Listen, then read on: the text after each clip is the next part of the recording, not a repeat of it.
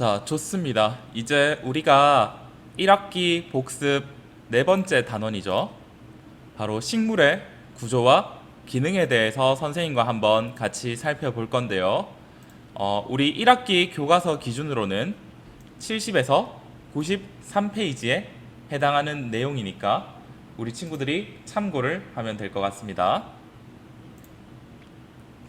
자, 오늘 선생님과 함께 살펴볼 내용은 총 4가지 큰 파트로 볼 수가 있겠는데요. 첫 번째는 세포, 식물 세포와 동물 세포에 대해서 한번 보겠죠.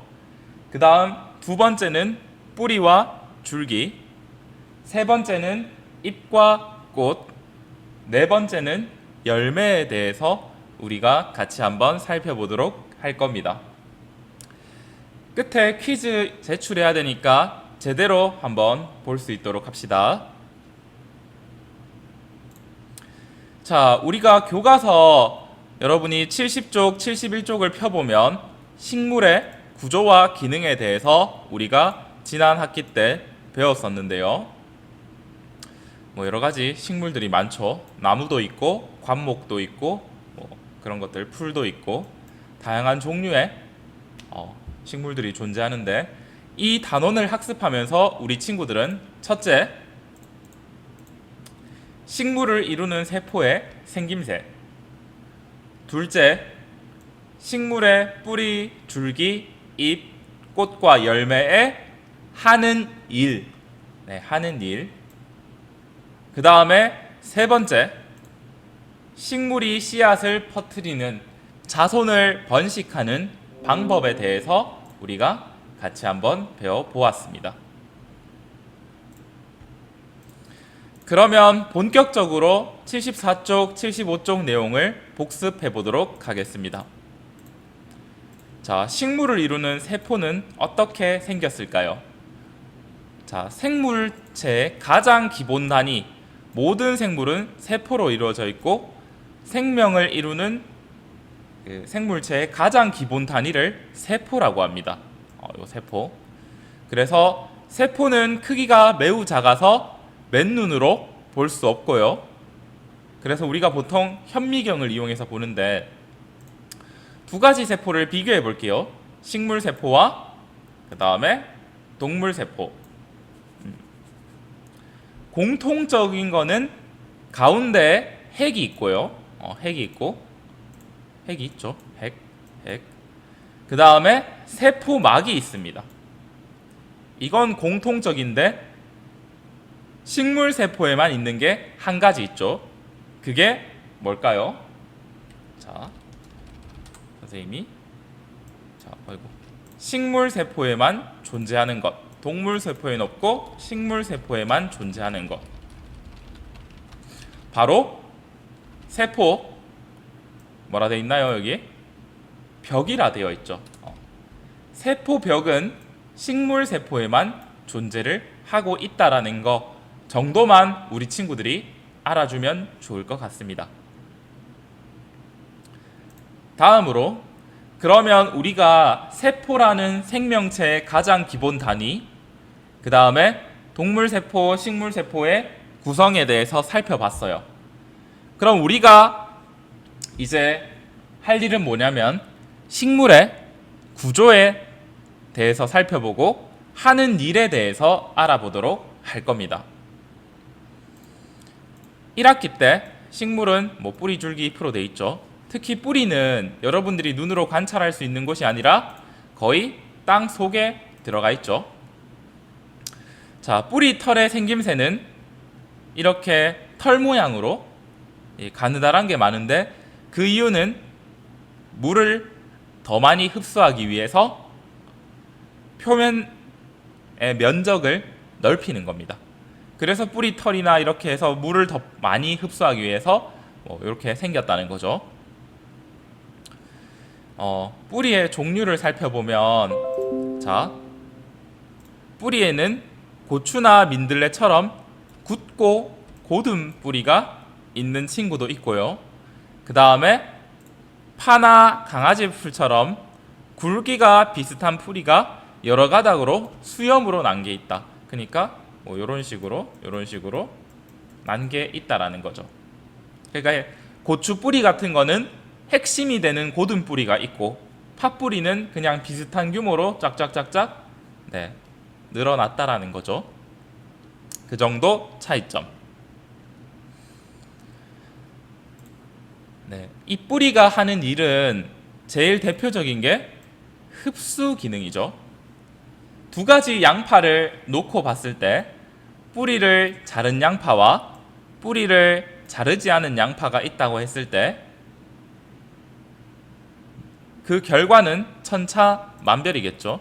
뭐 이렇게 뭐 쭉쭉 자라겠죠, 얘는. 그 이유가 뭐냐?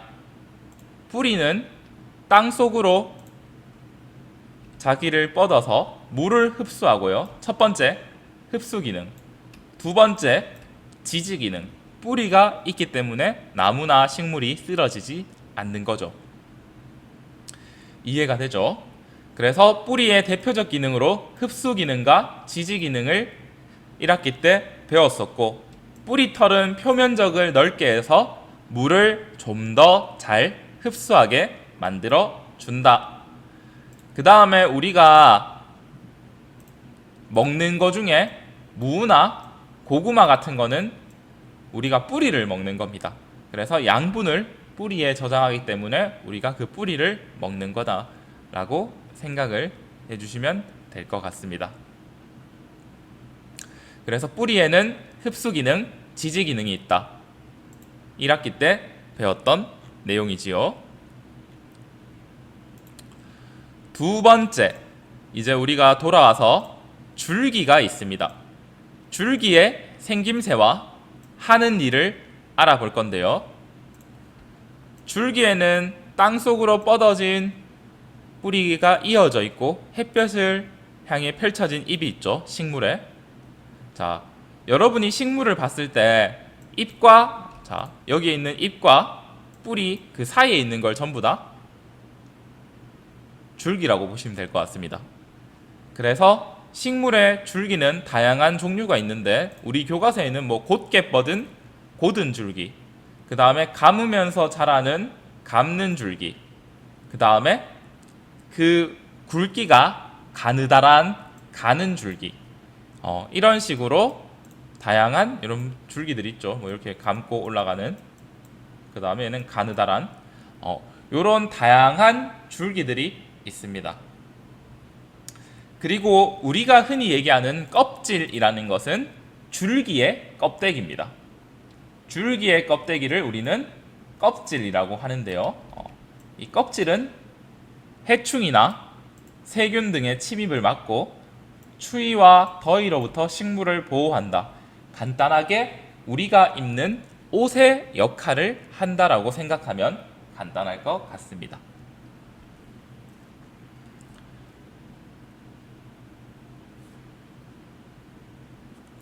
다음으로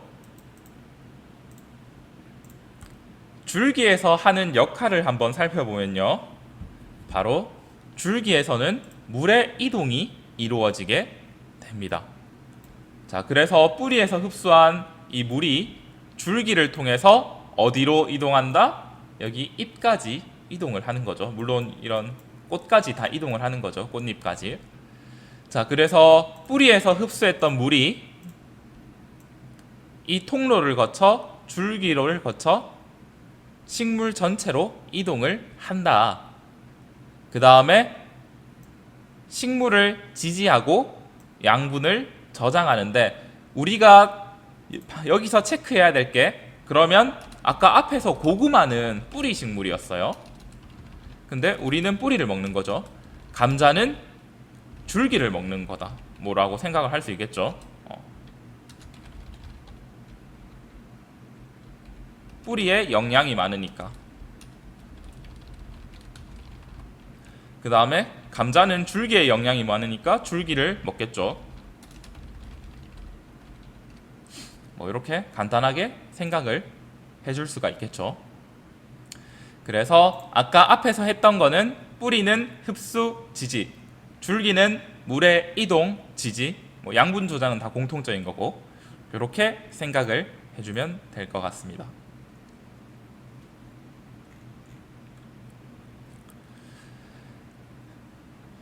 다음으로 잎이 하는 일은 뭐가 있을까요?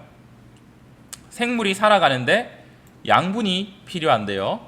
우리는 음식물을 섭취해서 양분을 얻지만 식물은 광합성을 하죠.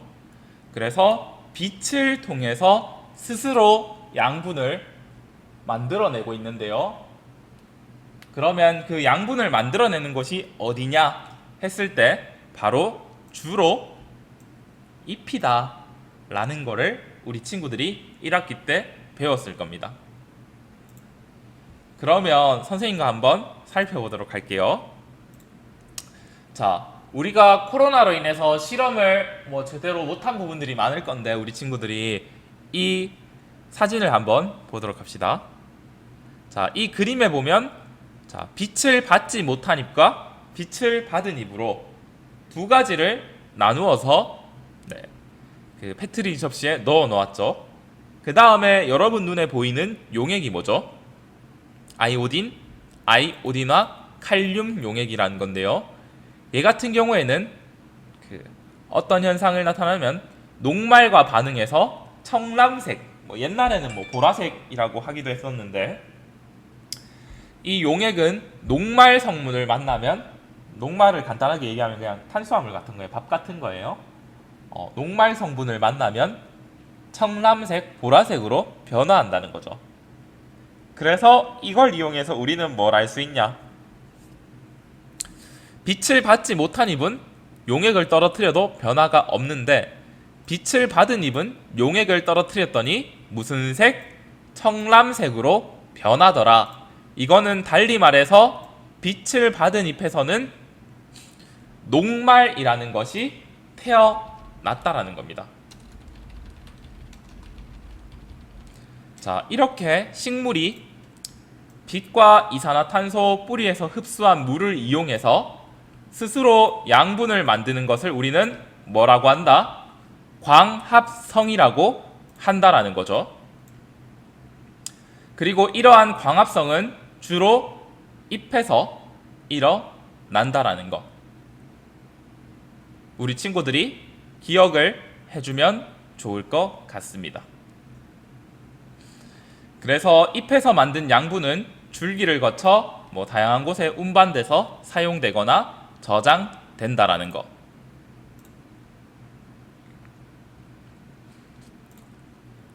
다음으로 잎에 도달한 물은 어떻게 될까요? 라는 게 82에서 83쪽의 내용인데요. 자, 뿌리에서 흡수한 물들은 줄기를 거쳐서 이렇게 이동을 하겠죠. 잎까지 이런 식으로. 그러면 여기에 도달했는 물들이 어디로 간다는 거죠? 계속 쌓일 수는 없을 거 아니에요. 자, 일부는 광합성에 쓰여요. 일부는 광합성에 쓰이는데 그럼 남는 물들은 어떻게 되느냐? 잎의 표면에는 우리 눈에 보이지 않는 작은 구멍, 공기구멍이라 부르는 기공이 있습니다. 이 기공을 통해서 식물 밖으로 빠져나가는 현상, 그것을 우리는 증산작용이라고 합니다. 자, 증산작용은 뿌리에서 흡수한 물을 식물의 꼭대기까지 끌어올 수 있도록 돕고요. 그 다음에 제일 중요한 게 우리 사람이 체온 조절을 하는 것처럼 식물의 온도를 조절해 주기도 합니다.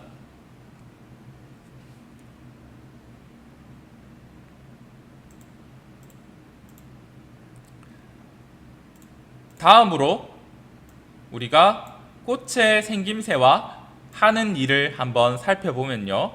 간단하게 꽃을 구성하는 사요소는 암술, 수술, 꽃잎, 꽃받침이라는데요. 물론 이렇게 갖춘 꽃도 있지만 수술이 없거나 암술이 없거나 하나가 없는 것처럼 아직 못 갖춘 꽃도 있겠죠. 안 갖춘 꽃이라 하기도 하던데 그럼 못 갖춘 꽃도 있을 겁니다. 그래서 이렇게 생겼고요. 대표적으로 꽃의 구성 요소는 4가지 있다라고 보면 될 것 같고, 그러면 이 꽃이 하는 일은 뭐냐면 바로 제일 중요한 자손 번식을 위한 씨를 만드는 겁니다. 그래서 수술해서 만든 꽃가루가 암술로 옮겨가는데 이걸 우리는 꽃가루 바지 혹은 수분이라고 합니다. 이 꽃가루 바지에 도움을 주는 것은 곤충, 새, 바람, 물 등의 도움을 받아서 꽃가루가 날려서 암술 머리에 붙으면 이제 씨앗이 만들어지겠죠. 그래서 꽃이 하는 일, 우리 친구들이 다시 한번 집중해서 보고요.